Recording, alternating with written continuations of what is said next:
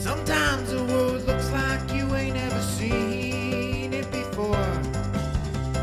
Stuck behind never-ending windows, all you need is a door. Searching for something to put a smile back on your face. Just remember, in unusual times, it can come from an unusual place. You need a partner for the ride, 'cause everybody needs a Clyde. So set your worries to the side. Just ask, say the word and I'll be there. Just ask, you know the greatest things in life all come in a pair. They say hindsight's 20/20, but that ain't far enough behind me.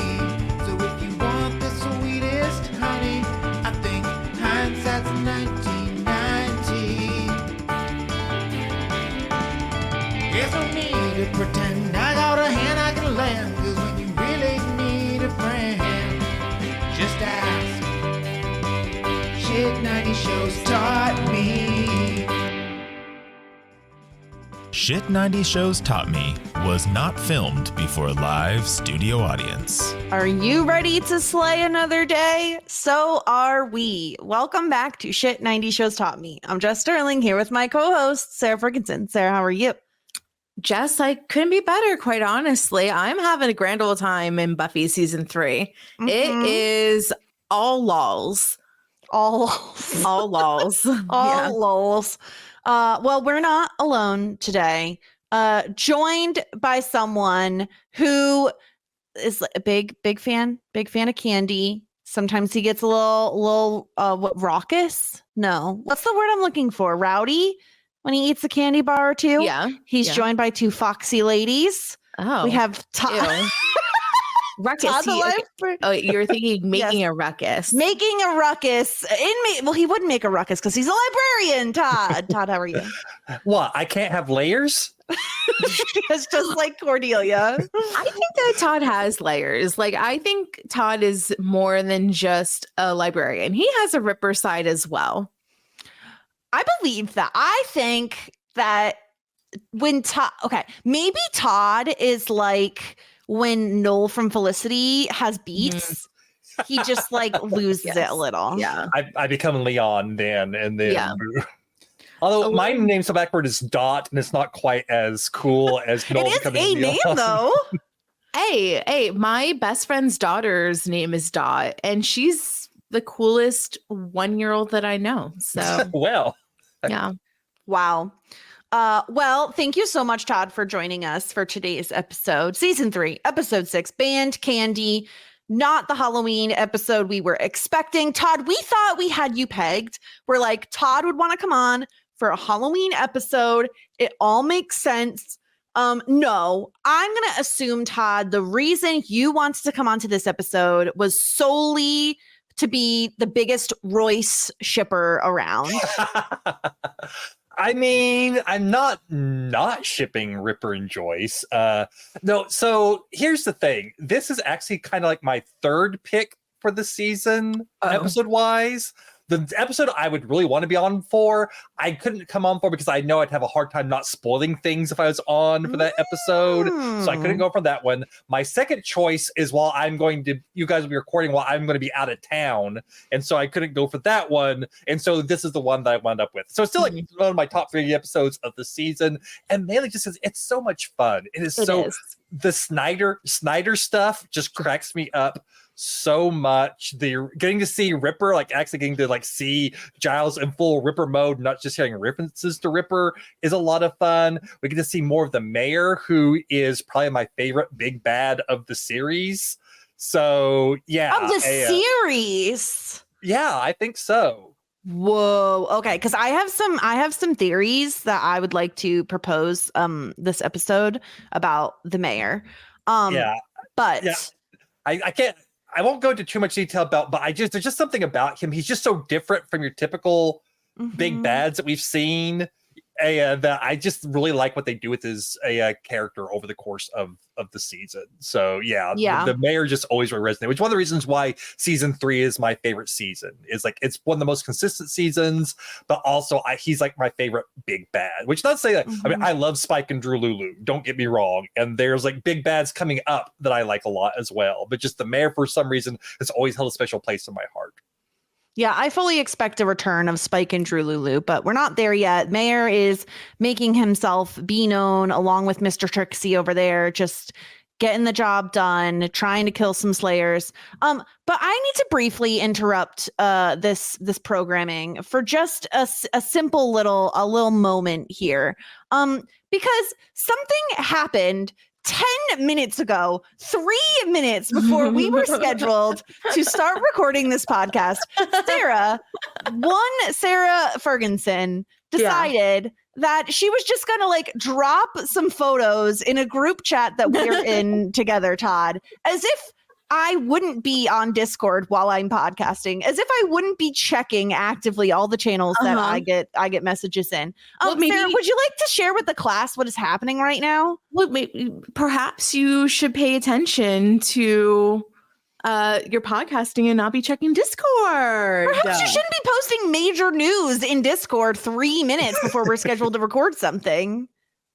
Adam and I got engaged this afternoon. Congratulations. That is very exciting. Would you like to share anything about it? Also, I love you were ready with the nails. You were nail ready. Well, if you stay ready, you don't have to get ready when you have your nails done, which has been my saying for eons, really. It was really special. We went for a little walk. We were in the woods. We were by some water. And he got down on one knee and I said yes. It's very exciting. Is this why, did you wear makeup just for this occasion? No. I didn't know it was going to be today for sure, but because it's a Monday, but I don't know. Is it not allowed? No one's allowed to get engaged on Mondays? I feel like maybe if there's 7 options of a day to get engaged, maybe Mondays are one of the least common. This is fair, but it does improve a Monday. What day of the week did you get engaged? Excellent question, Sara, that I definitely know the answer to. That's Let me think. Disgusting. No, I actually do know the answer and the only reason I know it is because we went to a live event that was on a Wednesday, the day before. So I assume it was Thursday. Yeah, I think Thursday. That's a great day. It was a great day.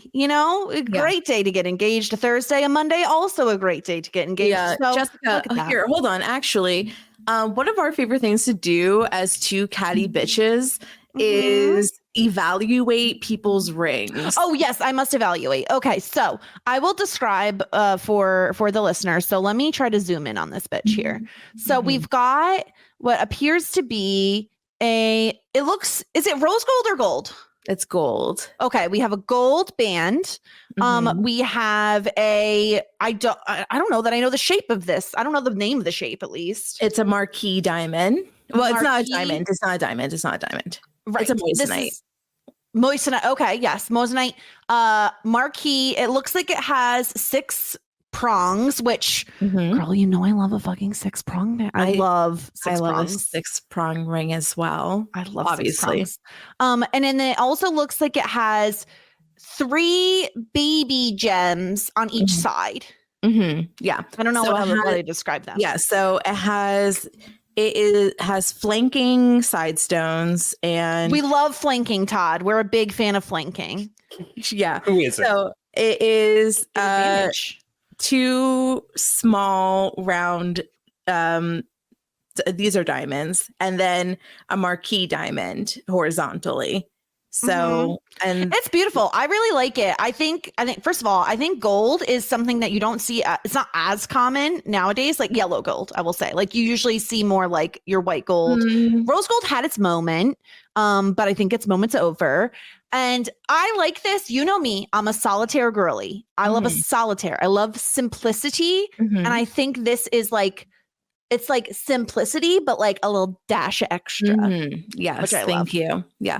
Todd, do you have any thoughts on this engagement? You are good friends with Adam. No? Okay. I'm just waiting for not that good of friends. Okay. No, I thought you were going to ask me about the engagement ring. I was getting ready, but then you just engagement period, and I was like caught off guard there. No, I broke your brain. Yeah, you did there, because I was prepared to just go, oh, Jess has said everything I had to say about the ring, because I have like no thoughts on it. No, but congratulations.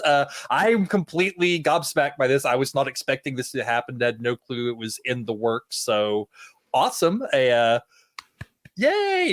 Yay. Okay. I'll never forget whenever y'all called me to tell me that you were in a relationship is on the day that your marathon called like half a dozen people to do the same thing. And now you found out they're engaged live on a podcast, Todd. Yeah, I hadn't even checked the group chat that we're in because I was getting ready for the podcast. Well, see, I like to click into it just in case we get any like last minute messages specifically in our little Buffy channel. And then I saw photos, so naturally, I had to click on the photos.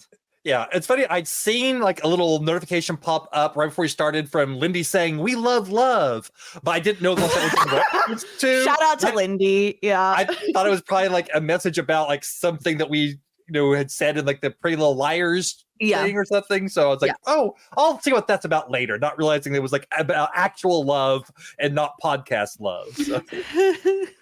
Do you expect anything less from me or Adam? Just no. If we can do something with a little bit of chaos, we will. Always.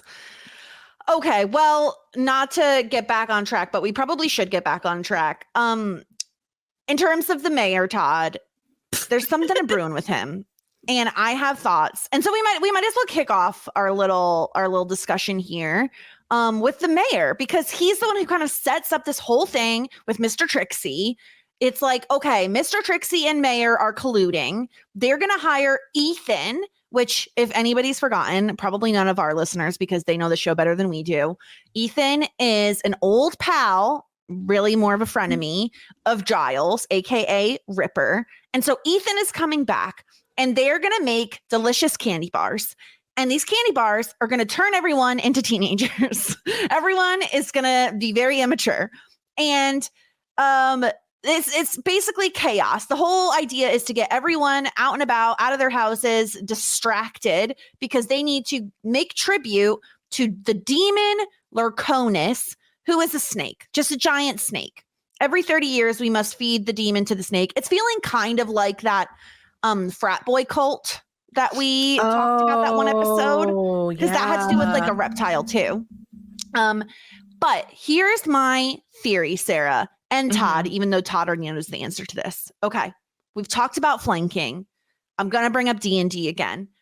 Is the mayor a warlock? Because he said, I've made certain deals to get where I am. And they're making a tribute to Lurkonis, a demon. And when he's all pissed off that like Buffy, set his snake on fire, Trixie is like, listen, bro, it's one less demon you got to pay a tribute to. So is he secretly a warlock and he has pacts with all of these demons?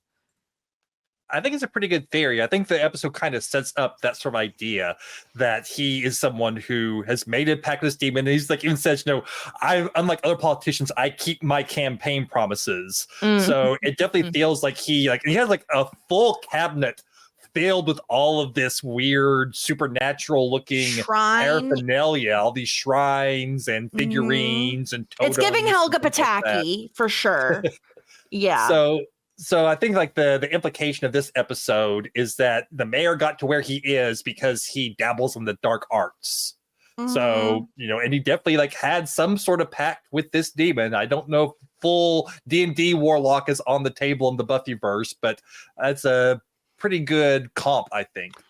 Thank you. I felt very strongly about it. When I heard the word deals and demon in the same sentence, I was like, we've got a warlock on our hands. Like, this is troublesome. And what's worse is, Sarah, Trixie escapes. So Trixie, Ethan, and the mayor all on the lam. Yeah, of course, because I'm happy to say, like, I would prefer to see more of each of them. So I'm glad we didn't got. It seems like the only thing that got was the giant snake. Which was pretty bad CGI anyway, so I wasn't sad for it to go. But I did love the, like, Buffy knocks the, like, hose or whatever, and then it's just like fire torch. I forget what those things are called. I did this all the time on The Last of Us streaming that I did. I can never remember. Flamethrower. It was like a flamethrower to the face. Todd, was this not very Beetlejuicy, this snake? Oh, like the sandworms from Beetlejuice? Yeah. Maybe a little. Because I feel like it was the stripes. It was the stripes that I thought. Yeah, I think the Beetlejuice one is a little bit more black and whitish. Oh, I thought it was. I just saw what I wanted to see. That's pretty common for me. I gotta say, like, if you're going to make a deal with a demon, like, why are we going for local government? Like, if I'm going to sell my soul, I'm going to go, like, full force. Like, I'm thinking Governor California. I'm thinking President of the United States. I'm thinking dictator of the world. Like, why are we putting ourselves at the lowest bar possible for just mayor of Sunnydale? So he only made the deal to that doesn't seem worth it. I totally agree with you. I didn't think about the fact that, like, he probably made the deal to become mayor. Well, what's the deal? Like, what is his deal? Like, what? So money? I don't know. I don't know if he's rich. Maybe. So just like all the demons down there just has like stacks of money, like Uncle Scrooge, or not Uncle Scrooge, Scrooge McDuck. Scrooge McDuck. Yeah, he jumps into the pile of coins. Yeah, that's what, like, certain demons have. They might. Mad money. I mean, I assume that anybody, like demons, or I don't know if they're mortal or not, but they at least live a long time, and usually anyone who's lived long enough gets money somehow. It's immortality, my darlings.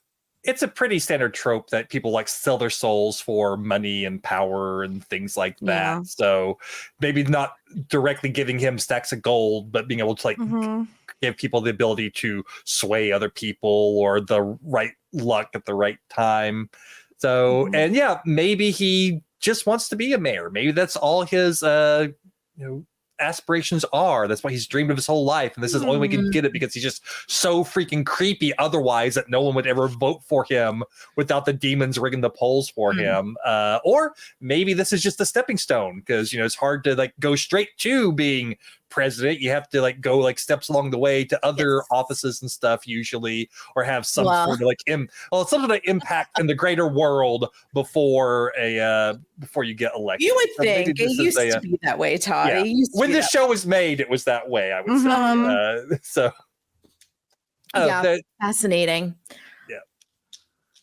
I think my favorite thing with the mayor is that while they're down in the sewers, like, getting ready to start the sacrifice, he's on the phone going, "Hey, make a meeting, because I have some concerns about the safety in the sewers lines and things like that."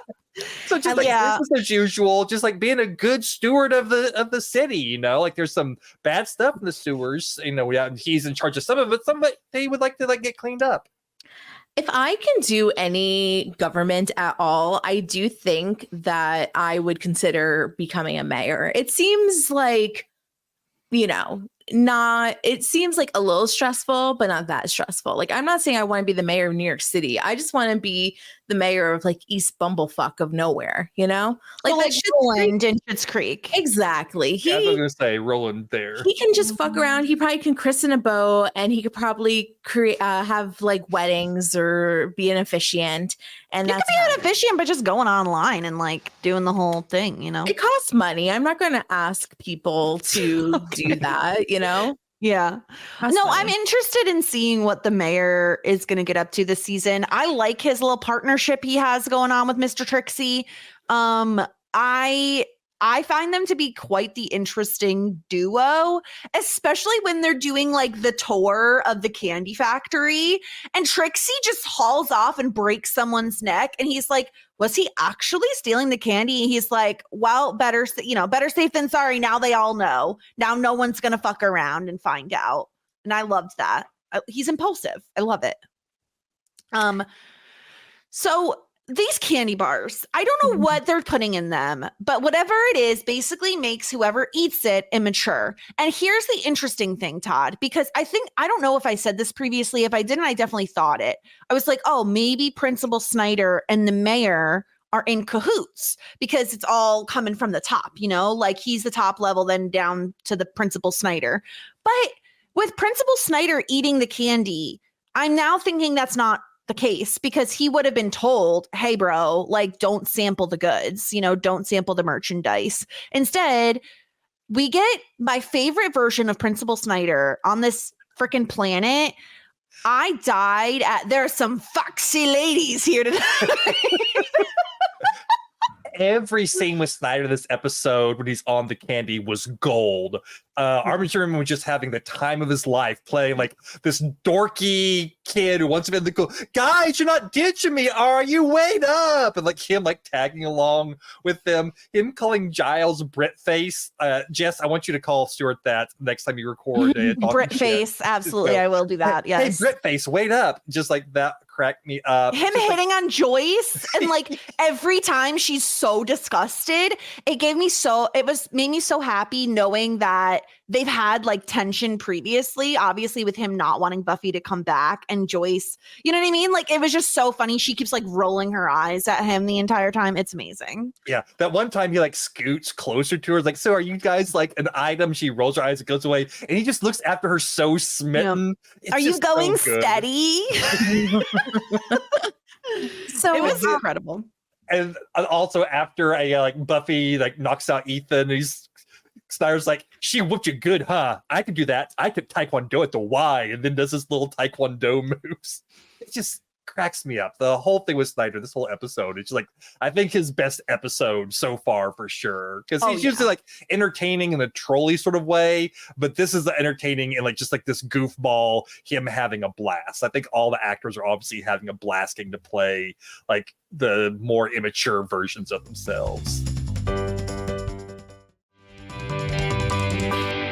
I think it was really fun to watch each of the characters kind of transform their personality. And I feel as though it's more so like a regression of who they were as a teenager or as the earlier version of themselves. Like that's how I kind of saw it, which I thought was really interesting. And I especially enjoyed watching Giles as Ripper, and I enjoyed Joyce too. And everybody, all the quote unquote adults were absolutely phenomenal in this episode and so much fun to watch. I really enjoyed it, and the principal was hilarious. I thought that I loved how when he got into the car and everybody was like, kick him out. And Buffy was like, we don't have time. He can come along. It's fine. And just seeing him be there for the vibes was really hilarious. And then, of course, the next day after everybody comes to, Xander is like, hey, Snyder, like, how's it going? You feeling good? And then he goes back to his like old crotchety, grumpy self. It was just so good. I really enjoyed this episode, and it just speaks to like what Todd said earlier, like how fun this episode is, which it really is. It was really fun to watch. And just to your earlier point about the connection between Snyder and the mayor, because we've seen like Snyder like reference doing things for the mayor, and the mayor will be happy and stuff like that. But I think it's like a toady like wanting to make the big boss happy more than there's not necessarily they're in cahoots like working together. He is working for the mayor, and he's trying to do the things that the mayor has instructed him to do, but the mayor couldn't give two craps about him. And so I think that's kind of the relationship we can see here. Because Yeah. he even talked about how the mayor has shook his hand twice. And he was like Ooh. so excited about the mayor shaking his hand twice, which is not the sentiment you would get from someone who's like working closely with the mayor. It's like the mayor deigned to acknowledge my existence a whole 2 times since I've been doing all this crap for him. So I think you really get the sense that Snyder is like a cog in the machine, but very teeny tiny cog. If it fell out, the mayor wouldn't necessarily notice. Yeah, he's an underling, or just a person, a little bitch boy, kind of. I don't know. I know that's his role, right? But he thinks he definitely has that like Napoleon syndrome as well, where he is a short king, and so I think he kind of takes that to be like he hates kids. He's a short king. He's stuck being a principal, but he feels like he has like a higher purpose. He's meant for more, and it's obvious he's trying to impress people. So I just really enjoyed this like unbuttoned version of Principal Snyder. Especially in the scenes in the Bronze. It was like so funny. Yeah. Like the and I really loved Willow being like, I think that's my doctor. Like on the stage. Their teacher who had come in said, once Commandant Snyder's gone, we can all get out of here. And then they went to her the Bronze. She's like, Willow, that's like a little tree. Are there any nachos in here, little tree? Oh, I loved that scene. That was so funny. I was like, hi, you little tree. Oh my gosh. It was ridiculous. So much fun. So I really loved it. I love the whole idea of like, okay, we're doing a fundraiser. It's candy bars. It's for the band. It's for the marching band. Everyone's going to sell them. We all know something was up with the candy bars because everyone starts eating them immediately. And you're like, okay, well, this is going to be like the inciting incident. But I also enjoyed that like as an example with Xander, it didn't affect him at all. He's already super immature. So the candy bars didn't do anything to change him at all. No, now I feel like we can't go any further without discussing the Joyce and Giles / Ripper situation, because when they first like team up, right, the whole thing is Buffy is lying to both of them and saying, oh, mom, I'm with Giles tonight. And Giles, mom wants to do a daughter, mom night because she's going to see Angel. And they're on to her. They catch her. And then they have like a moment alone in the living room. And I think that's when I messaged our like group chat, and I was like, if they get together, I'm done. Like I'm finished. I quit. That's like too far for me. The exact quote was, if Joyce and Giles fuck, I quit. That was the exact yeah. But here's the thing. Quote. I feel like this.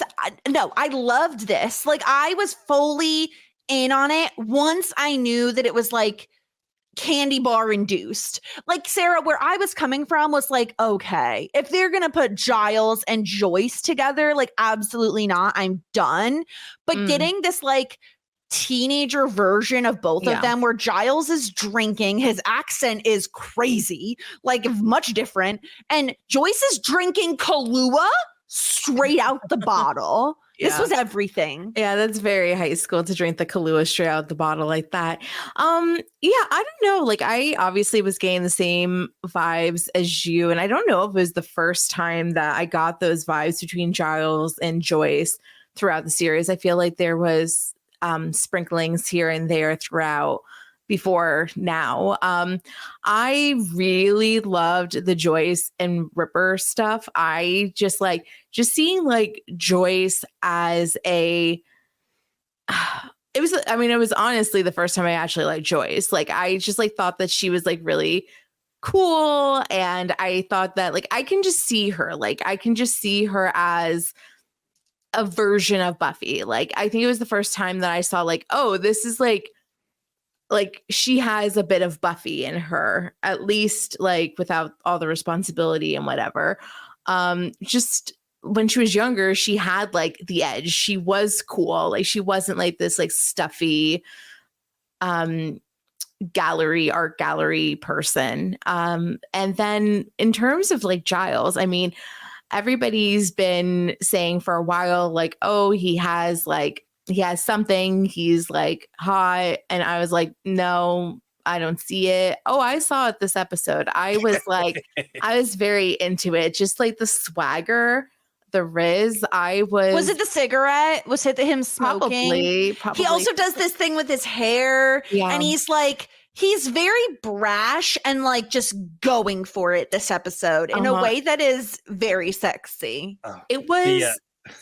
Oh, sorry, Todd. It's definitely the way the actor, his body language. It's just like totally different body language. And it really did transform him, which worked for me. Yeah, you could, because usually Giles is just super uptight and stick up his butt, straight posture and all. And here he's slouching and, like I said, swaggering around. The scene where he and Joyce are like listening to records, and she's like, "Do you like this band?" And he just kind of looks at her like, "Oh yeah, no, me neither." Like her trying to impress the cool guy. But then he's like, "Wait, hold on," and the music hits a bit, and he just like kind of grits his teeth and kind of like jams out. With stuff, it was everything. So good. At one point she says, "You look like Burt Reynolds," and it sent me fully sent me. He's just so laissez-faire, devil may care, and it gosh, Todd, this makes me yearn for a Ripper flashback episode so deeply, knowing that he went from loosey-goosey, devil may care attitude, kind of bad boy in Ripper, to this tweed jacket wearing librarian watcher in Giles, Yeah. One of my great regrets in life is that at one point in time, there was talk of doing a Ripper spinoff, and it never materialized. Whoa. But there was like very serious talks for a while there being a Ripper spinoff at some point. I'm just so sad it never happened, because that would have been so a fun. prequel series with Ripper would have been so good. Yeah. Who would have done it? That's the question. Yeah, I don't know. Or even the series, maybe Giles leaving and going off on his own adventures, but going full Ripper again. That would have been fun too. However they were going to do, I don't know. But yeah.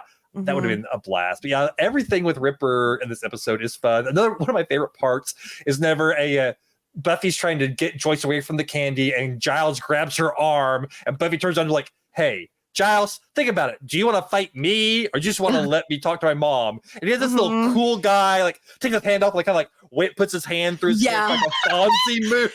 It's very, it gives Greaser almost, Greaser energy. Zuko going through his hair type thing. Yeah. So funny. It definitely worked for me. I also loved when they were walking down the street and Joyce saw a jacket or something that she liked. And he's like, "Oh, I can get you that." And he just punches the glass and steals the jacket. It's just he was just so cool. He was really, really, really awesome. And I was like, "Oh, I get it. It's a bit, but I got it." We've talked about him too, him offering to get into danger for Buffy, right? Even though he knows he's not very strong, he just jumps into the action in this episode in a way that I feel like Giles would be a little bit more hesitant to, but Ripper is not, in a way that I loved and appreciated. Again, very anti-Giles. And okay, if no one was a Royce shipper for the majority of the episode, when he lays her down on the hood of a police car and makes out with her, everyone is throwing their panties at Giles. Literally everyone in that moment. That's pretty hot. And then later on, whenever Buffy's looking for something to tie Ethan up with, and Joyce just kind of sheepishly holds out these handcuffs. Buffy's like, "Never tell me. Never tell me." It's just so good. And the very end, when Buffy's like, "At least I got before you two did anything," and you just see them looking at each other going, "Right, indeed, yes." And they both walk off with these very they fucked in the back of that cop car. No chance they didn't fuck in the back of that cop car. It happened. 1,000%. It's canon. Yeah. It happened. And one other thing on the Ripper side of things with Ethan, because obviously this is they're reuniting again, but obviously Giles is now Ripper. I love that he kept saying to Buffy, "Punch him." Just punch him. It's very immature, but it was so funny. There is something so hysterical about him playing a teenage character. Like Sarah said earlier, all the actors did such an incredible job playing a younger version of themselves, because Joyce is so buttoned up, just like Giles is most of the time. Like she's always, Buffy, where are you going? What are you doing? Be careful. And she finally gets to like let her hair loose, you know? I liked that scene because if you were watching Giles during it, he like keeps like revving himself up and like he's like, oh, like let me get in there. And then he like pulls himself back. It was just really, once again, really good character acting, and like the physical comedy was really, really good. It was very stellar. I very much enjoyed it. Yeah. So I just want to quickly go back to the candy bars again.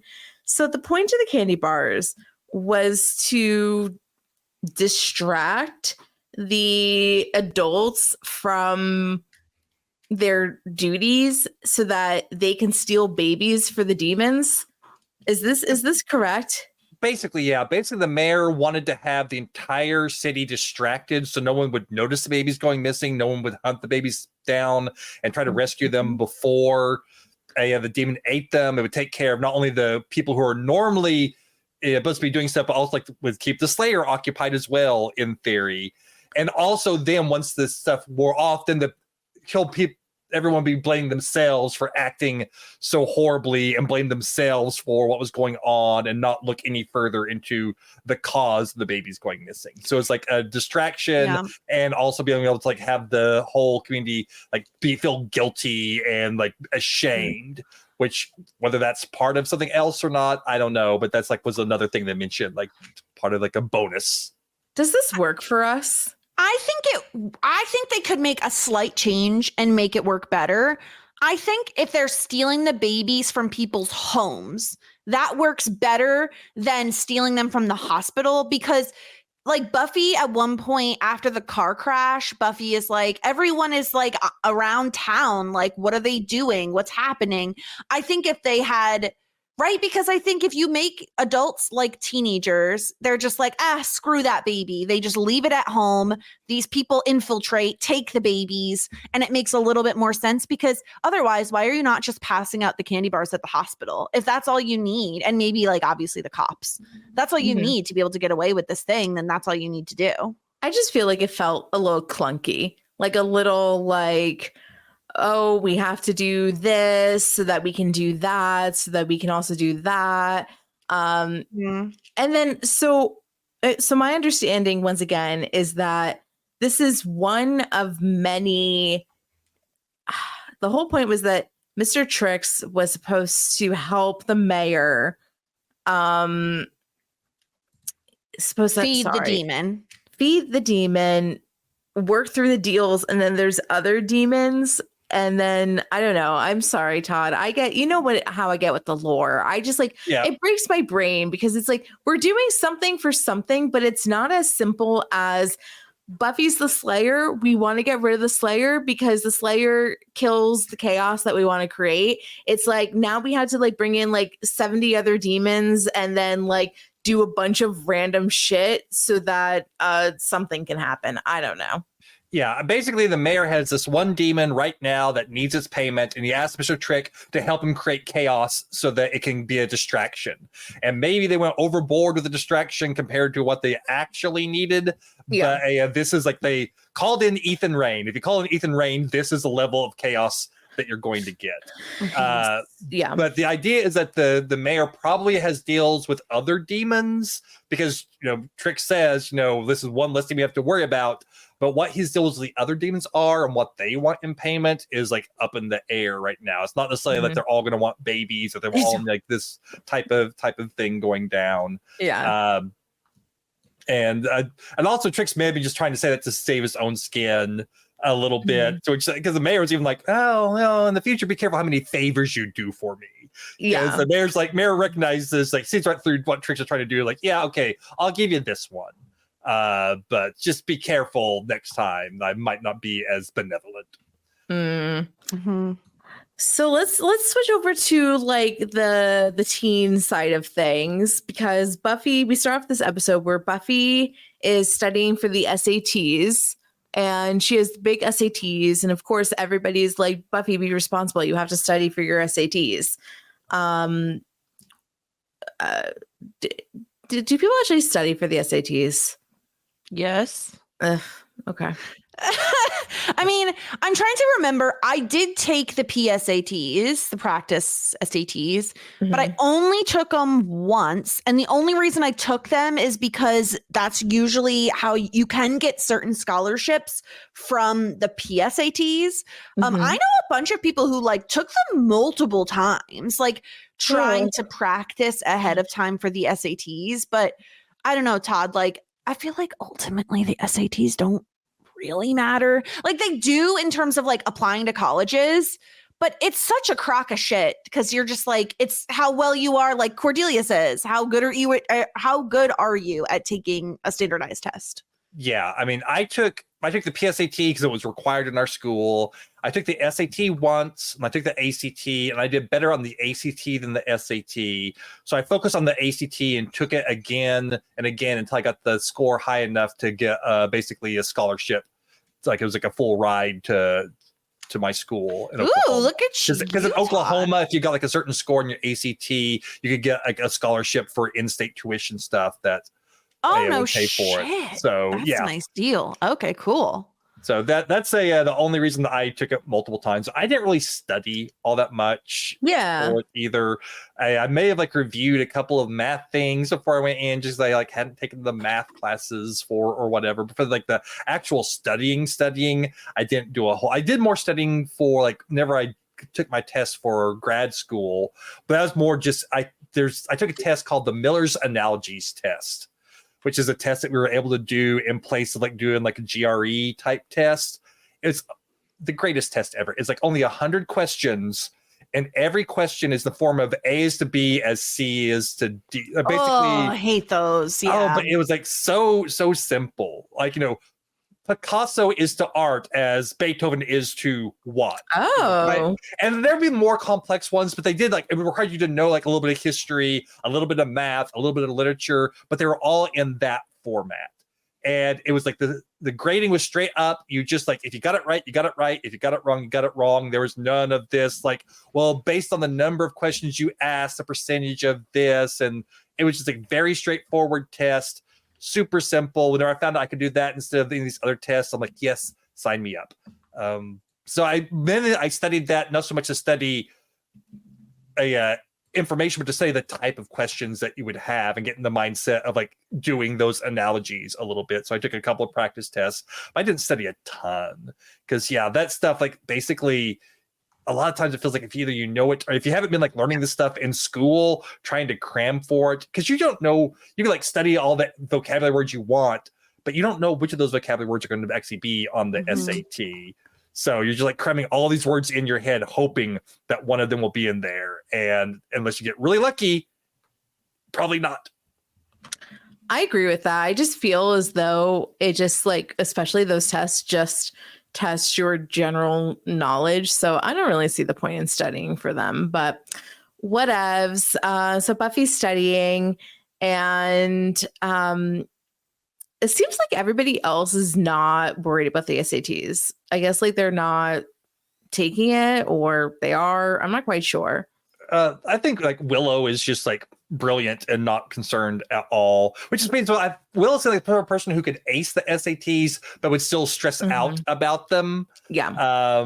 And Cordelia just like is Cordelia like, oh yeah, I test well, so I don't need to worry about it. And Xander is a little stressed because he realizes that he's a dumbass. And so he should be stressed. Do you want to know why? Because he's harboring feelings for somebody else right under his girlfriend's nose. Okay. I was so upset. Here's the thing. Last episode was a fluke, as Willow called it, right? Like, oh, we just kissed once. Okay, great. Well, now you got to either make a decision. Either break up with Oz and Cordelia and be with Xander. Don't be playing motherfucking footsie 2 feet behind Cordelia. I was so mad. They're playing footsie while Cordelia is saying things like BX before Xander. She has segmented her life into before Xander and after Xander. And he is just having these lingering looks at Willow behind her, literally behind her back. And it is so upsetting and so annoying because it's just do something. Either break it off with your respective partners and get together with that person, or stop it. Stop hand touchies and the footsie. No. And the music that plays every single time they have a scene together is absolutely infuriating. I need to know, listeners, please write in and tell us, because I'm so curious. If you watched this when it was on television, like back in the 90s, was this a ship you were rooting for? And with hindsight, is this a ship you rooted for now? Todd, I want to know the answer to the question on your end. Was this a ship you were rooting for? Were you like, yes, Xander and Willow, you can do it? Or were you like, this is irritating? I was probably like in between. I think I definitely wasn't classic rooting for it. Todd. Classic Todd. I mean, I don't think I was irritated by it necessarily, but I definitely wasn't rooting for it. I definitely wanted it to stop. Because I like Oz a lot, and I grew to like Cordelia. I like their relationship. So I like the relationships as they were, and this whole thing was just like, what are we doing here? Why are we dealing with this? But I was not as passionate about it as you are. I can say that. It's so irritating to me, Todd. And can I tell you the one other thing that irritated me the most during the footsie scene? Xander needs to tie his damn shoelaces. Why are his shoelaces untied? What are you doing? He's such a slob. Just tie your damn shoelaces. You're gonna trip and fall, and I hope you do. And I hope that this is like a situation like in Sex and the City, except that it's Xander who breaks his teeth. Oh no. I think I'm more so with Todd. It's not like I'm into this. I'm just like, along for the ride, but also it's just like they're disrespecting their relationship. It really does suck, but I don't think I'm not mad about it. Like, I'm not getting angry about it or annoyed. I'm just like, you stupid idiots. Like, you really had something good going, the both of you. Yep. And you are fucking it up. Like, I do hope that like they're going to get found out. Obviously, this is like TV, and they keep literally doing things right in front of, in this case, Cordelia, which is just so disrespectful. So, of course, I think that they deserve to get caught. They deserve to have their relationships broken up. It doesn't make me mad because, once again, it's like TV, and it's manufactured drama, and we gotta like do something. But I mean, I don't think it's the right choice for them. But I mean, if we're doing it, we're doing it. Then let's make it a huge disaster mess. Like, I'm team drama. Like, if we're going to do this, then like let's make it the messiest way that everybody finds out as humanly possible, is my hope. I'm with you at this point that I want them actively to get caught and for their partners to break up with them. That is what I want, because they deserve it at this point. They're not being sly at all. Like, if you're trying to hide this, you're doing a real shitty job. Like, it's so obvious. The lingering looks, the lingering touches. Like, all I want is for Cordelia and Oz to find out about this. And especially, I hope Cordelia does a very nice like slap, like a classic 90s slap. Like, Sarah, do you remember in Dawson's Creek, the slap heard around the world? Like, that is all I want between our favorite Abby Morgan, may she rest in peace, and Jen Lindley. Yes. All I want is the slap heard around the world part 2 with Cordelia smacking Xander. That's literally all I want. And I want Oz. You know what I want Oz to do? This is my prediction for if they get caught. Cordelia will slap Xander and then cry and run away. Oz won't do any big reaction. He will just be very sad, and it will be so much worse for Willow. And that's what I want, because you know what, Willow? Oz has a heart of gold, and you are fucking him over for fucking Xander? I can't. Okay, so I just want to do some clarifications. Like, last week, you were saying a lot of language like not that Willow has a past, but she had a long-standing crush on him. It's more understanding. Although that's out the window now. In my opinion, you can make a mistake once, but now she's continuing with the mistake, and I'm fully not even remotely on her team. Now it is 50-50. Okay. And they're both equally at fault. And they both deserve nonsense. To be clear, they were both 50-50 equally at fault before, but at least we can come to an agreement at this point in time that they're both equally at fault for these sins. Todd, what did you think about that discussion from last week carrying into this week and just this whole disaster mess? I'm just amazed it took 41 minutes for it to come up today. I was very pleased that we got 41 minutes before we got into that. I bit my tongue, Todd, so hard. You don't even know.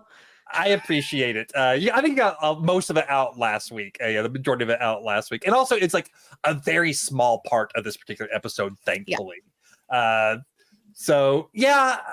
think I understand like people who are super upset about this. I understand all that, but I am of the camp that, I know that Jess is want to blame Xander for everything, so he's going to get like the brunt of her anger. But I think they are definitely both equally at fault from the get-go, because if Willow wasn't in a relationship, maybe it would be one thing, but they're both in very committed relationships with people that they presumably love, and then they're doing this. It is not cool for either one of them to be doing what they're doing.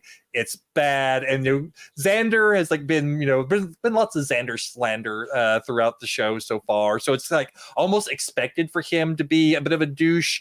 But for Willow, I think it's more surprising for Willow to be acting on these bad girl impulses, but it doesn't excuse her from it. In fact, it should be like almost like it'd be, in some ways, it's like a double standard. Like, almost feels worse for Willow because you don't expect her to do that. Yeah, it shouldn't be that way either from her. Yeah, but it shouldn't be that way either. You should treat both of them. They're both acting like scumbags right now. They should both be treated like equally as scumbags. Not one being like, oh, he's corrupting her, or oh, she should know better. No, we shouldn't have double standards for them. They're both equally scummy at this point. I think the reason I was like not coming down as hard on Willow was because I remember what it was like to have like unrequited feelings for somebody for like a very long time.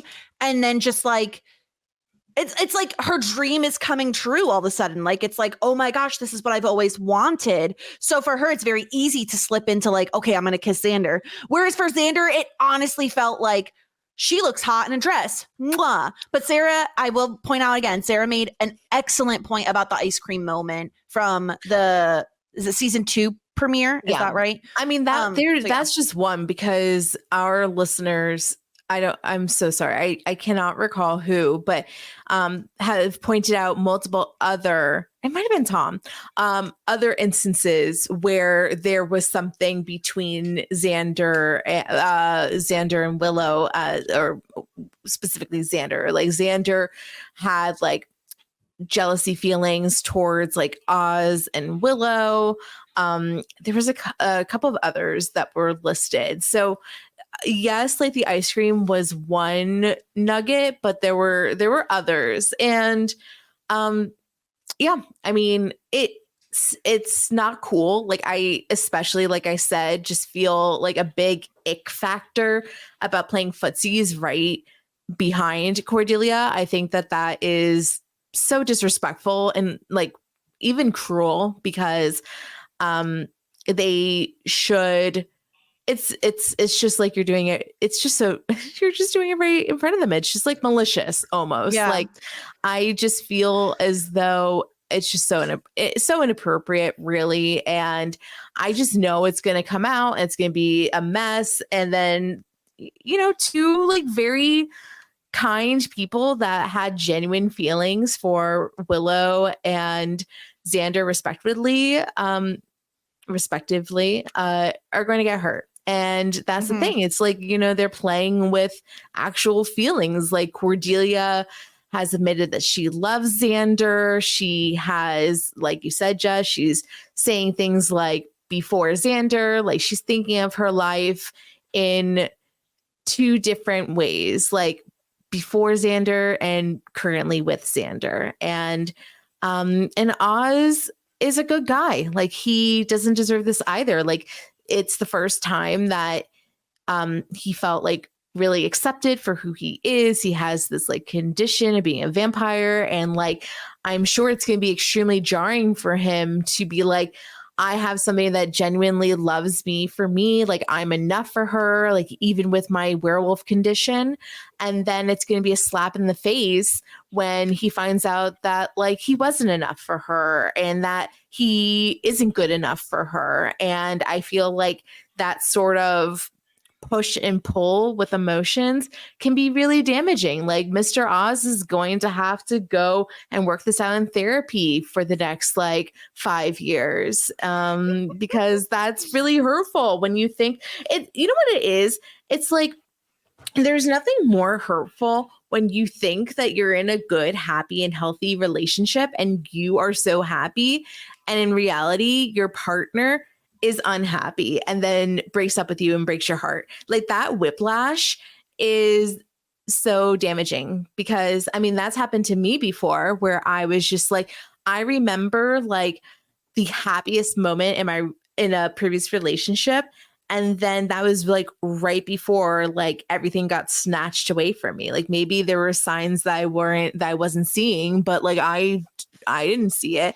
And I feel like that's also what's super hurtful, is that literally like they think that they're good, and in reality, like they're not. Because it's not like both of them are like fighting or not getting along. Because like a lot of times for women and men, like a lot of times like cheating occurs when there's like a lack of statistically, this is not like for everybody, but statistically women cheat because there's a lack of like intimacy within the relationship, a lack of communication. They feel lonely.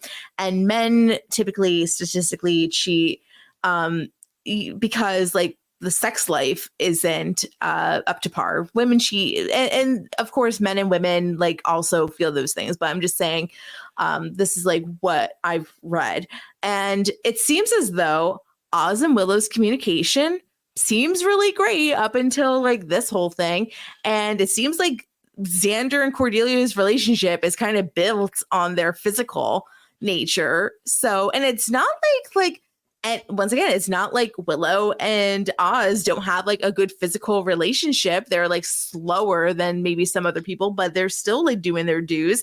And it's not like Xander and Cordelia aren't like communicating in their own way. So I don't know, Todd, like, you know, it doesn't really super track to me, like, except for it's like a forbidden thing why these two would be going after each other. Yeah, well, one of the things that our friend Tom had mentioned when we were talking about it is that, you know, Xander's always been attracted to more confident women, and Willow's becoming more and more independent and confident. And so possibly that's the thing where he's now starting to see her in a new light, because she has come out of her shell and stood up for herself more and been more outgoing. And so that might be like the thing that flipped in his head. And then Willow, yeah, she's great with Oz, but you know, to Jess's point, you know, she's been like crushing on Xander forever, and now he's finally showing interest in her. And so it's like this allure that's really hard for her to resist. And meanwhile, she's talking about how proud she is of Oz. Like, you ever tell people how proud she is of Oz, be like the highest scoring guy to fail to graduate. And it's like, okay, would she be saying that if she wasn't feeling guilty? Is she overcorrecting and overpraising Oz in this moment because she feels so guilty about what she's doing, but she's not willing to break it off, possibly because she doesn't think the Xander thing is going to be real, and she's keeping the Oz thing going because surely this thing with Xander is going to explode and nothing's going to happen with it. So yeah, I do think that the forbidden nature might be a little bit of it as well. But it's just like they just have all these years of their relationship that suddenly clicked in a way that's never really clicked for both of them at the same time before. So yeah. I guess my big question is, how long do you think it's going to be before they get found out? How many more episodes do you think? Well, gosh, okay, with 20 something episodes in a season, although is this season shorter? I feel like there is a shorter season, but I can't remember if it's this season. I don't think it's this season. No, it's not this season. I'm going to say at least another 2 episodes, if not 3. But I think by like 3 more episodes, I mean, they're being so just like flagrant and like obvious about it. And I think hopefully at least Cordelia picks up on it, if not Oz as well. I don't know. I hate it so much. You know what it is? Like, I'm going to read Tom's feedback actually, because Todd, you brought it up. And I do think like he's pretty spot on with like the way I feel about it and why it like bothers me so much. So Tom says, the Willow Xander cheating plot pisses me off and is really cringy. Although I did see them getting together coming, I thought of them as Ron, Hermione before they got together and thought they were endgame. And then they cheated on their partners and I noped right out of there.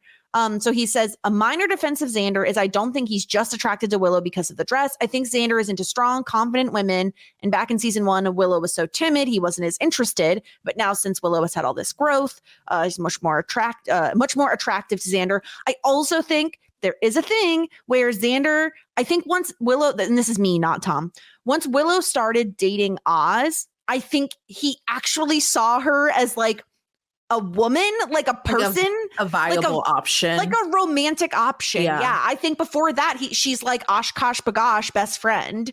And now she's like a woman who has more confidence. She's getting into the witchy stuff. She's trying out spells. Like she stood up to him in that one moment where she's like, no, this is happening, blah, blah, blah. Right. Like she's actually she has a voice. She's standing up. She's being more like Buffy, who we know Xander was attracted to. But back to what Tom said, regarding blame for the cheating, I do think it's 50-50. Willow has just as much agency as Xander, even if she's had feelings for him longer. The one thing though, and this is what I think Tom is hitting on that was in my mind a lot. I think Willow would only cheat on Oz with Xander, while Xander might be willing to cheat with other people. I don't know if that affects who gets the blame. And I think that's why I was so annoyed about it. Because in my mind, Willow would only ever break that trust and loyalty with Oz for Xander because of the long-held crush on him. Whereas Xander, it feels a lot more like, hey, you look good today. Mwah. And like, that's the vibe he gave off, because it's like, wow, look at you in that pretty dress. Like, he never said that. It's like, who are we to say that's true? Right? Like that's the vibe. Who are we to say that's true? Like, I do not know. Like, I can't say that Xander could cheat with anybody and Willow would only cheat with Xander. Like, I don't think that is fact. I think that it's a fair point, maybe, but I also think that comes down to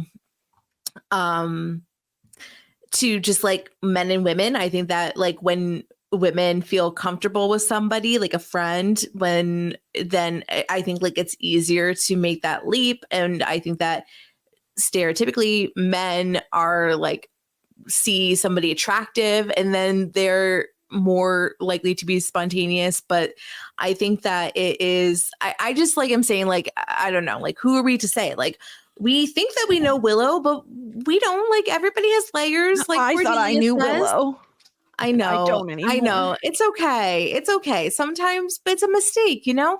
Like, but that's the thing. They're all teenagers, right? Like, in terms of why people cheat, they're teenagers and they have hormones. Like, that's probably the obvious, easy answer. Yeah. Just like, if Willow was your friend, like, would you actually be like upset with her, mad at her? Oh, in my head, I would be. You think like, so? Yes. Because if I'm Willow's friend and I know Oz and I know what a great guy Oz is, and she is like, I kissed Xander and I haven't told Oz. In my head, I would be like, oh my God, this is such a mistake, especially because I think there's so much more at stake, pun intended, with this possible romantic situation. Because Sarah, Willow has been in love with Xander for years and years, right? Mm-hmm. If if they take a chance and he like breaks her heart, there's so much more going into it. There's more expectation. There's more hope than there is just like a rando you just met that day. And on top of that, there's way more at stake because they're best friends. Like you're risking everything. You're risking your friendship with that person to try it out. Now, again, they're teenagers, like guys come and go, relationships come and go. Nothing is like for the long haul when you're like 17. Granted, that's not the way it feels at the time. But now being in our 30s, we could be like, yeah, of course. It's like you're a teenager, like calm down, like it's not forever. But I think for them, it feels like forever. So it feels like there's just a lot at stake. And if I'm Willow's friend and I know Oz and I know Xander, I'm certainly not pushing my friend towards one person or the other, but like in my head, I'm like Oz is the better choice. Todd, would you be mad at your friend if they were cheating? Not mad, disappointed. Oh. I think like I think it's like the real answer there. Because I don't think I would be angry at them, but I would be let down to find out basically if they're cheating. You know, it's like one thing like, hey, I'm in love with the other person. I'm going to like break off with this person to be with this other person. Okay, that's, you know, that happens. That stuff happens. But to be like consistently cheating on the person you're in a relationship with is like uncool, and I would be like very, you know, unhappy with them doing that, especially if I'm friends with the other person. There's definitely a situation there, you know, because, you know, even if it's someone I don't like, I'd still be like, man, you just gotta like break it off with them, stop stringing them along and like go with what you want. But if they're doing it to someone that I like and I'm friends with, then I'm in this horrible position where I'm having to keep a secret from someone that I see all the time and I'm friendly with, and have to like not blurt out, oh, by the way, you're getting screwed over by your boyfriend, girlfriend, whatever. Because it's putting me in a kind of a crappy position as well as a friend, because now I have to either be if I'm a good friend to one of them, I'm being a crappy friend to the other. And this is a good question though, Todd, like, because it just dawned on me. Sarah, do you think Buffy will find out before Cordy and Oz? I do. I think they might. She might too, and I think she might have to have like heart to hearts with each of them and be like, I think she might be like me and go to Xander and be like, if you have feelings for her, they better be real, because she is like madly in love with you, so don't fuck it up, you know. And not that, I mean, she's kind of a middleman, but she has more loyalty to Willow, I think. Yeah, maybe. But we have one more thing we have to touch on. I could rant and rave about this forever, but we do have one more storyline we have to talk about just briefly, and it is Angel does yoga now. Oh, I totally. Tai Chi. Let's be clear. He's doing Tai Chi, not yoga. Whatever, Todd. He's just found his movement. Okay, he's living in his body. I died at this. It's a long respected martial art that's also used to connect your mind and body. Thank you. It just cracked me up that it's like all quiet and he's just like moving around. And I'm like, the fuck is going on right now? Like, we didn't get a ton of Angel in this episode. The whole thing is just that Buffy is like sneaking around to take care of him and she hasn't told anybody about it, which I do think is a mistake. And maybe she doesn't. Sarah, if I'm guessing correctly, I think she doesn't want the judgment. Like, I think she doesn't want, if she tells Xander, he's going to be like, you need to kill him. If she, you know what I mean? Like, and she doesn't want the judgment. She doesn't even know how she feels about it. So she doesn't want to put this on other people. But it's like, I mean, they're also going to, Sarah. Okay. Prediction time. What happens first? Do the Scoobies find out about Angel first? Or does everybody find out about Xander and Willow first? I can totally see it being the same episode and it just being like one of those like Friends moments where like everything just unravels at once. Yeah. But they don't know. We know. They know. Yeah, exactly. But also, I don't know. I do think that like, I don't know. Like, so I can't watch like another 3 episodes of either Angel doing Tai Chi nor what's his face, nor Willow and Xander blatantly cheating on their like partners right in front of them. Like, I can't, like, both of it, like, The Angel stuff, I just like, I don't fucking care. Like last season, I was like, I really like this relationship. I'm like rooting for them. I was a little pissy that Angel died. I don't fucking give a shit about Angel this season. It is a waste of my television screen and my 42 minutes of television Buffy time. I don't care. He should have spun off. He should have. He should have just gone off and like, you know, he should have just like got sent to the farm, to be honest with you. And I just think like it's pretty disgusting for Willow and Xander to be playing footsies in front of Cordelia.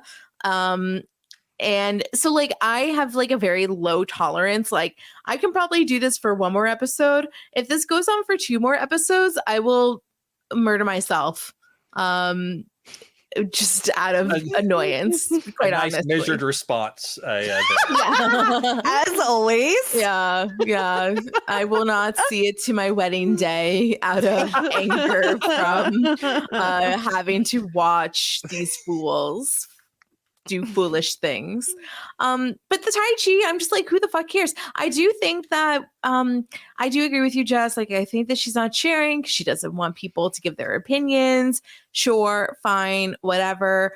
But it's also just like, let's just get him out. Like, it's kind of like when Spike was in the wheelchair. Like, let's not like keep people bound. Like, let them go off. He's sickly, fine, like whatever. Can't he get better in like Honolulu? Like, why does he have to like stay in this dungeon? I mean, I don't have answers for this, but also I feel like something's got to give, and Buffy's not going to be able to keep this secret very much longer. And also, like, realistically, I mean, I guess we did see Spike sitting in a wheelchair for like the majority of last season. So like it's possible that he could be ill for a very long time. But also I agree with you. Like, let him go hunt down a goat on his own or something. You know, like, why is it Buffy's responsibility to be like, here's your blood, sir. I just came from the American Red Cross. Yeah, it's like, I'm your babysitter. I must babysit you to make sure you are well. It's like, no, he's a grown ass 700-year-old vampire at this point. Like, he can take care of himself. Mm-hmm. I think she's definitely dealing with some residual guilt because of everything that happened. Because she killed him. She also is the reason why he lost his soul in her mind. You know, wasn't her fault, but it was her actions that led to that, and then everyone that died because of that. I think she has a lot of guilt bundled up into this relationship, and so that's why she's not telling people. Remember, in her mind, Willow sent Xander to tell her to kick his ass. You know, because she doesn't realize that Xander lied about that. Still doesn't, by the way. Very annoying. Yeah. Maybe it'll all come out in the same episode. That will come out. The cheating will come out. The Angels being secretly kept will come out. The fact that Royce fucked will come out. All of it on the table.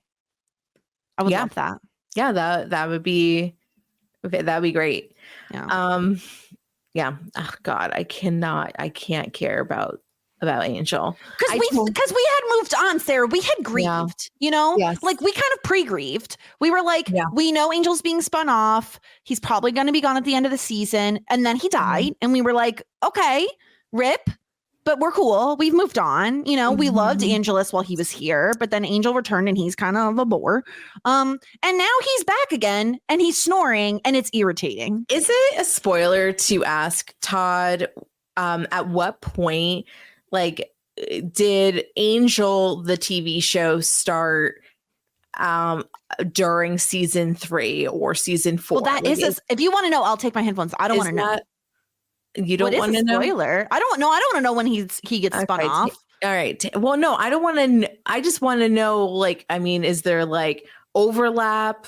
Oh, you want to know, like, oh, I know. You're asking, like, was there a setup episode for him to be spun off on Buffy?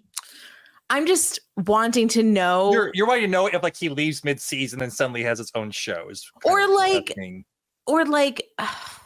not even. Like, I just want to know, like, obviously it was happening at the same time. At what point of Buffy was the Angel stuff going on? But is that a spoiler? Because it really is. Like, does he just leave? I think it's a bit of a spoiler because it would give you an idea of like how much longer Angel's going to be around on the show. I guess I assumed that he was kind of maybe on both shows. Like there would be like some sort of overlap, but I guess not.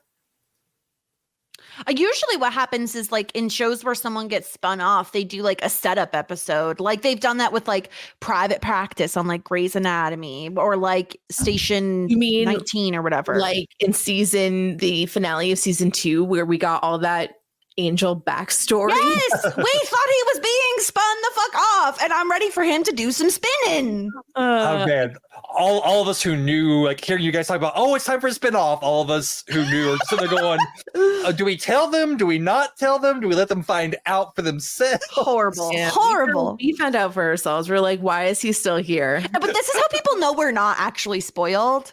Is because we do shit like that where we're like, he's definitely being spun off. Yeah. Bye. Have a good time in whatever like nonsense you're doing. Yeah. And I was like, oh yeah, like Angel's definitely a prequel. I'm like 1,000%. I was with you. I was fully with you. It made sense to me. I believed you. Yeah.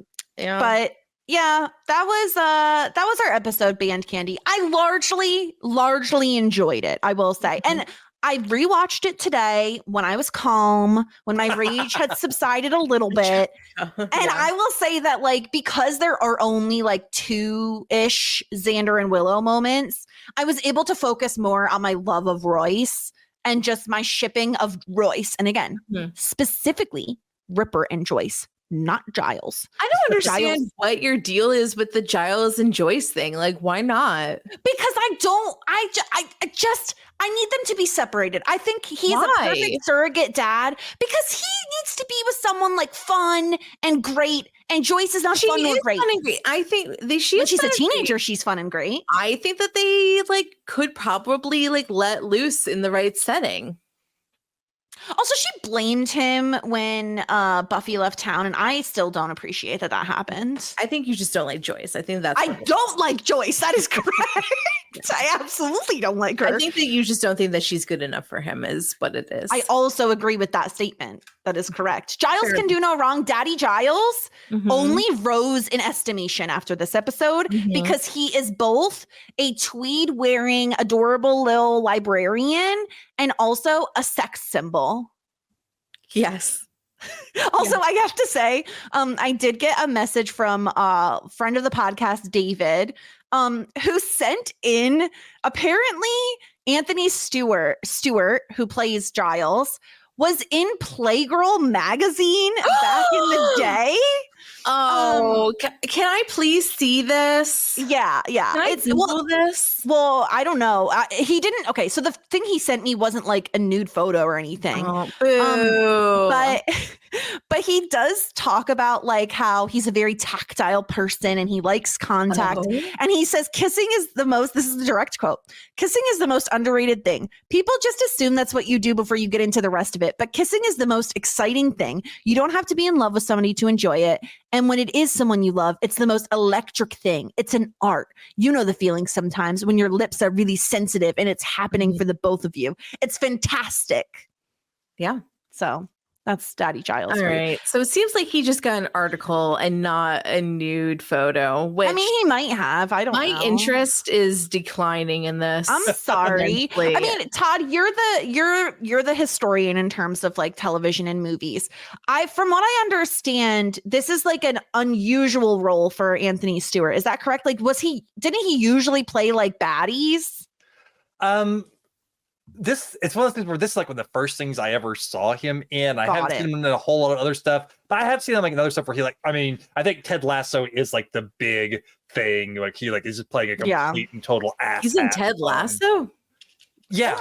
Yeah, he's the meanest dude in that. He plays Rebecca's ex-husband. He's a douche canoe. Yeah, he is awful on that. Actually, speaking of douche canoe, where the hell was Eliza Dushku this episode? She's gone. She's not a main actor, so she doesn't get everything. She doesn't get she didn't have to sell candy bars. Well, yeah, they didn't want to pay her for this episode. Yeah. Basically. But anyway, I needed to bring that up. So thank you so much, David, for sending that in. And Sarah, if you want to Google, it is the Playgirl August 1998. Yeah, I found it. It's just an article. I don't read. I just want to Okay. You don't read. Okay. That's a lie. Because I see all the time in Discord, Sarah posting, I read a book. Which I read this book. I read that book. Preface that way. Yeah. I just want to look at the pretty pictures. I want to look at the naked pictures. Yeah. Well, that's Band Candy. Next episode. I just looked at the title. I've been waiting. Look at the title. I've been waiting to see the next title. What is it? Okay. Season 3, episode 7. Revelations. Revelations. Okay, so yeah, everything comes out. I'm gonna need to watch this episode tonight. You're gonna turn off this pod and turn on the app. That's what I'm saying. Oh my God, Revelations! Yes. Oh, find them out. Dirty deeds. Dirty deeds. Done dirt cheap. Yes. Okay, I'm very excited about this. I am hyped right now. All right. Anyway, moving on. Thank you so much, Todd, for joining us as usual. It was a lovely time having you on. Now, tell us where else you can be found, because I know you have a lot going on, because I listened to a lot of the stuff that you're putting out. Yeah, so you can find me over on Whirlwind Podcasts, where I am part of one indescribable podcast, where we are just about to finish up our coverage of Pushing Daisies, much to Lindy's joy. It has been quite a ride, and we will be. I enjoy her hatred. I enjoy it so much. And we'll be announcing on our next episode what the next thing that we're doing will be. So if you're interested in what we'll be doing after Pushing Daisies, because we are not doing a Pushing Daisies wrap up like we normally do, because Lindy flat out refuses. Really? Yeah, she will not do a wrap up. She said that Adam and I can do it if we want, but she won't be on. So we're not going to do a Pushing Daisies. I love this for Lindy. I love this for Lindy so much, because Lindy is just like the most even-keeled, lovely human. And I love getting the fire out of Lindy when she gets a good hating into something. And it is just, it's majestic to witness. Yeah. And other than that, you can also hear me on Previous Little Liars, one of our previously on shows, where I, as the only one who's actually seen Pretty Little Liars, is leading Marissa, Adam, and Lindy through season 2 of Pretty Little Liars, but only by watching the previously ons and getting to hear their wild theories about what's going on, and also multiple episodes in a row of me saying a character's name and a different one going, "Who's that?" Because no one can remember who the hell Jason is. Yeah, it's incredible. It's amazing. And then also you can usually hear me on TuneIn In, but Tommy and I are taking a little bit of a hiatus. We'll be back in the new year, but life is getting hectic. Tommy's getting married in a few months. And so wedding planning is kind of like, ruining our ability to get together and record podcasts. So we're just going to take a little bit of a break. We used to have a buffer. We no longer have a buffer. We'd like to get a buffer again. So tuning in is on a little bit of a pause for right now. But go listen to the Over the Garden Wall podcast, because if you have not seen that show, it is such fall vibes. So it's like the perfect time to watch it. Yes. And it's one of Tommy's favorite things in the entire world, and had a lot of fun talking about it last time. Perfect. Sarah, anything new you'd like to plug? Anything else going on? No. If you haven't listened to our coverage of whatever Halloween movie that we watched recently, Hocus Pocus, then listen to that and listen to our backlog of Halloween content. And aside from that, no. Awesome. You know where you can find me. Oh, yes. Go ahead, Todd. I've mainly also been watching a lot of horror movies. Just you kind of name checked it a bit on the You're Talking Shit podcast. I'm now in triple digits on the number of movies I've watched this a month. It's incredible. I don't know how you do it. I don't know how you do it. There's not enough hours in the day, Todd. I don't know how you do it. It's impressive. Every year, I'm very impressed by you. I get freaked out just by the promotions for that Smile movie. I can't. It was Stop so smiling good. at me. It's so creepy. I hate it so much. So I went to go to the theaters with my best friend. We both love horror movies, but I always like as soon as like the trailers start, I go to the bathroom one last time before the movie starts. And the last few times we went, I'd come back in as the Smile trailer was going, and so I put on the creepiest smile I had as I walked up to sit back next to him. Todd. And a couple of times he didn't see me, and I just stood there staring at the creepy smile until he turned and caught me on the corner of his eye. Todd. You're a monster, Todd. You're So a monster. much fun. So much fun. I'm sad I don't get No. to do that anymore because the movie's out now. Yeah. Yeah. You can find me at the Jess Sterling, also on Talkin' Shit, where Stuart and I are going through Schitt's Creek. And that's everything. So next week we'll be back with Revelations, which I cannot wait for. So until then, here endeth the lesson. Just ask. Shit 90 shows taught me. Shit 90 Shows Taught Me was not filmed before a live studio audience.